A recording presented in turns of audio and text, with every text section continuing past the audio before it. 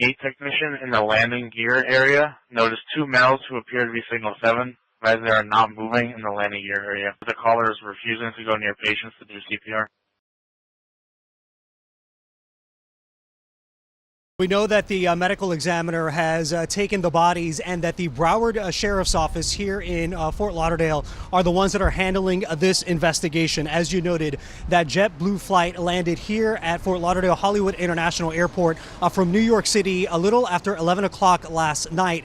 Now, according to the airline, sometime after that, during a post-flight inspection of that aircraft, the two bodies were found in the wheel well of this aircraft. Now, the details surrounding just how the victims were able to access the aircraft out of New York City is still unclear at this hour. We're told that no one that was on this flight apparently knew what happened.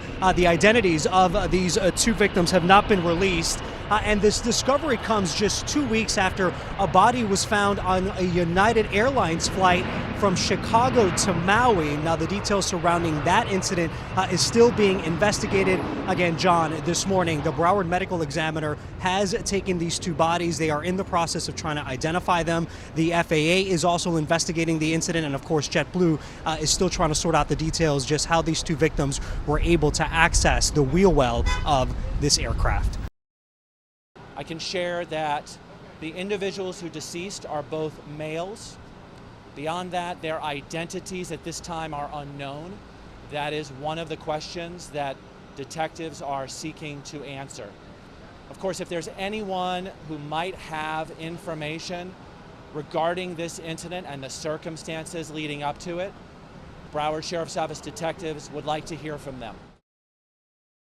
Around 11:30 p.m. last night, Monday, January the 6th, Broward Sheriff's Office deputies here at the Airport District responded to a report of two individuals in the landing gear compartment of a JetBlue aircraft. Broward Sheriff Fire Rescue also responded, and on-scene paramedics pronounced those two individuals deceased.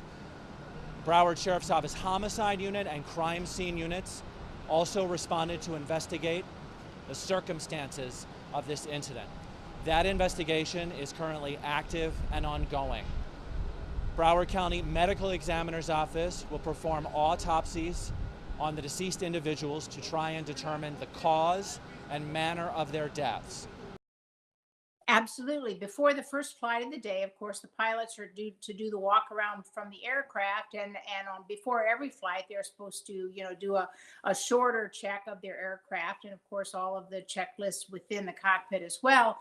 And the bigger question is, of course, the reports say we're supposed to be on high alert for potential terrorism. Aviation is often the attack target of terroristic attacks, and yet the airport on the tarmac is supposed to be covered by surveillance. We're supposed to have camera coverage, and everyone on that tarmac is supposed to have a background check and supposed to be an airline employee who's documented and known. So the fact that this keeps happening and people who are not stowaways, the FAA did a report, and stowaways and wheel wells are not usually airport or airline employees, and yet this keeps happening. People are getting onto the airport property and getting into an aircraft, and it poses a huge security danger for the aircraft because these people were apparently just trying to get someplace, but it could have easily been someone attempting to attack aviation.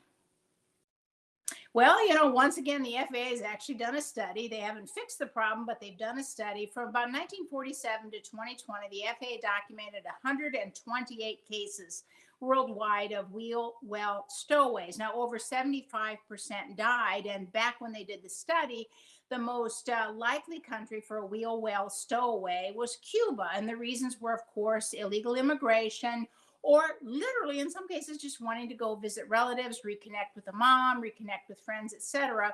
And of course, it's not likely airline or airport employees, because they know that a wheel well is a very dangerous place. You can get crushed, you can die from hypothermia. And the noise is horrendous. Even if you do survive, you might have long-term damage to any number of body parts. But the issue that this has been done, and now in the United States done repeatedly, is a huge concern for aviation safety and security. And of course, there's almost always a very sad result for the person attempting to do this. And by the way, almost all of them are male. and under 30. So obviously they realize it's a physical feat and they're going to have to crawl around the wheel well, but it is clearly an aviation security violation and a very serious one. A mystery unfolding after a horrific discovery on the tarmac at Fort Lauderdale Hollywood International Airport. The bodies of two men found in the landing gear of a JetBlue flight from JFK Airport. The question now, what were they doing there and how did they get there? Eyewitness News reporter Michelle Charlesworth with the story. Flight crews on the ground doing a normal maintenance check found the men's bodies Monday night, soon after the JetBlue flight touched down in Fort Lauderdale, Hollywood from Kennedy. Maybe Terminal 3, Gate Foxtrot 5 at JetBlue. Ian from JetBlue, advising the gate technician in the landing gear area, noticed two males who appear to be Signal 7, advising they are not moving in the landing gear area. And fire rescues 48 and 51. The men had died in the wheel well, tucked inside the small space where the landing gear under the wings folds up under the middle of the plane. Flight 1801 had taken off from JFK just before 8 p.m. and landed in Florida just after 11. No one on that plane had any notion that two men had stowed away outside underneath. Both men were pronounced dead by paramedics at the scene. Most stowaways die from hypothermia. Many have been crushed by retracting landing gear or have fallen to their death. This was a tragic incident, but this is also, air traffic experts explain, a matter of security. This keeps happening. People are getting onto the airport property and getting into an aircraft, and it poses a huge security danger for the aircraft because these people were apparently just trying to get someplace. But it could have easily been someone attempting to attack aviation. There is no information regarding when exactly the two men had gained access to the airplane or how long they had been in that wheel well. JetBlue offered a statement. This is a heartbreaking situation. We are committed to working closely with authorities to support their efforts to understand how this occurred. The flight arrived at Fort Lauderdale Hollywood International Airport around 11:30 Monday night from New York's JFK. Now investigators are looking at the plane's flight history, which started Monday in Kingston, Jamaica, then flew to JFK, Salt Lake City, and back to JFK before flying to Florida. Detectives will be looking at all aspects contributing to the circumstances of this incident. Where did the plane come from? How long were the individuals on the plane? It's not happened since in the 6 years that I've been here, but clearly it's been in the news recently at other airports. Just last month, the body was discovered in the wheel well of a United Airlines flight that flew from Chicago to Maui on Christmas Eve. The opening, which stores a plane's retractable wheels, is about the size of a car's trunk, but is not pressurized like the rest of the plane, meaning stowaways risk extreme cold, oxygen deprivation, getting crushed by the wheels, or falling to the ground. Once you're in, you're in. But that's also where it is the most difficult to find something even approaching a safe place. Former NTSB Managing Director Peter Goals points to the latest FAA data, which says 80% of wheel well stowaways die. I would not be surprised if we see a few more. These are high-profile events. People take it into their minds that they can get away with it, that they know a way to do it, and it will turn out poorly. It started in Kingston, Jamaica, before flying to New York JFK, then Salt Lake City, back to New York, and ultimately to Fort Lauderdale. A cruising altitude of 38,000 feet, a 2-hour, 43-minute flight, and below freezing temperatures before takeoff. Obviously, there's no oxygen mask in the wheel well, so whether they would die from exposure first or the lack of oxygen first is a medical question. That answer will come from the Broward County Medical Examiner's Office, according to law enforcement officials.